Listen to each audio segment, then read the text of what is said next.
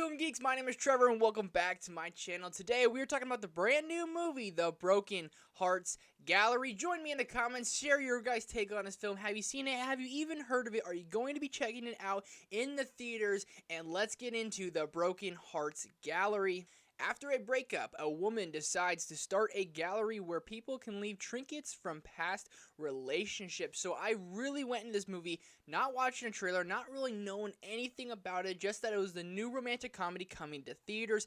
I am a diehard romantic comedy fan, and this is the epitome of a romantic comedy. You know how it's going to literally play out throughout the entire thing, but the journey they took us on, especially with these characters, was something we haven't seen before. The romantic comedy setup of the film, yes, we've seen that countless of times, but the journey to get from start to finish was something so different and something so unique, and that's why I think I truly enjoyed this film quite a bit. The characters are very easy to root for, very easy to like. Sometimes the humor seems a little bit too forced, but other than that, the movie had me belly laughing. I just felt so good, and it was such a feel-good movie that I had so much fun getting to know these characters, getting to find out a little bit more of these characters.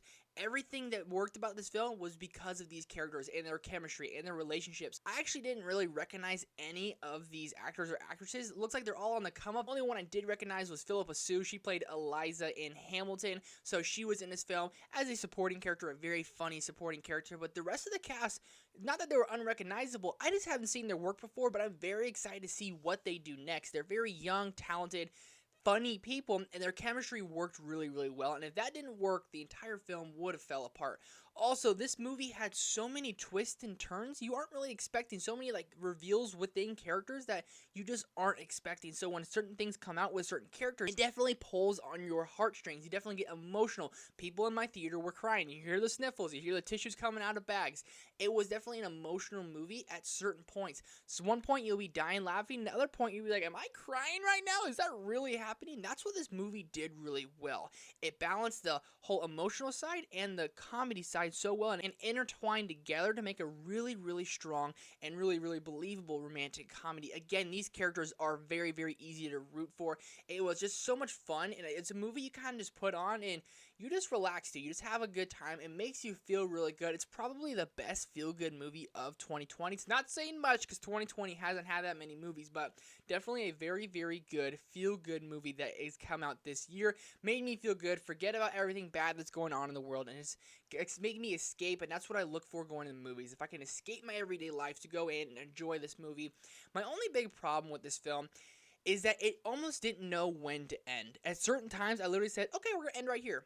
Nope, not going to end right here. Then it went on about 20 more minutes, and I said, okay, we're ending right here, and I'm not going to be happy. We're ending right here. It just felt like it was going to end, and it never did. Then it went on a little bit longer, and then when you got to the final ending, it's not that it wasn't underwhelming, but it was a little bit underwhelming because it felt like we were going to have 3 endings before that point. When we led up to the very end, you're like, okay, what's going to happen? And obviously you know what's going to happen. It's a happy ending and it's a romantic comedy, but I think one of the earlier endings would have been a little bit better, or if the actual ending was a little bit more big, inspiring, and a little more emotional, and it was going down that path and then kind of cut into, let's just make some jokes and make it a little awkward scene. I would just wish it went for that big cinematic, yes, get the kiss, get the girl, love each other, it's going to be awesome. But that's just my nitpick, and that's my only real complaint about the film, is that the ending wasn't as big as I wanted it to be. But other than that, this film is fun. If you like romantic comedies, you will really enjoy this movie. It's definitely the same setup of a romantic comedy. You know how it's going to end, you know who she's going to fall in love with, you know all that. You just got to go in knowing that. In this romantic comedy, just the journey it took us on to get there, all the reveals within the characters, made it a very, very good movie. If you guys have heard this movie or you were on the fence about checking it out, I definitely recommend you check out The Broken Hearts Gallery. That's my quick take on it. Let me know your guys' thoughts on this movie down below in the comments. Are you going to be checking it out? Have you even heard of it? Thank you guys so much for watching. Lots more reviews coming this week. Podcast episode, Netflix reviews, Lovecraft Country later tonight. Enjoy the rest of your guys' day, and I'll see you later.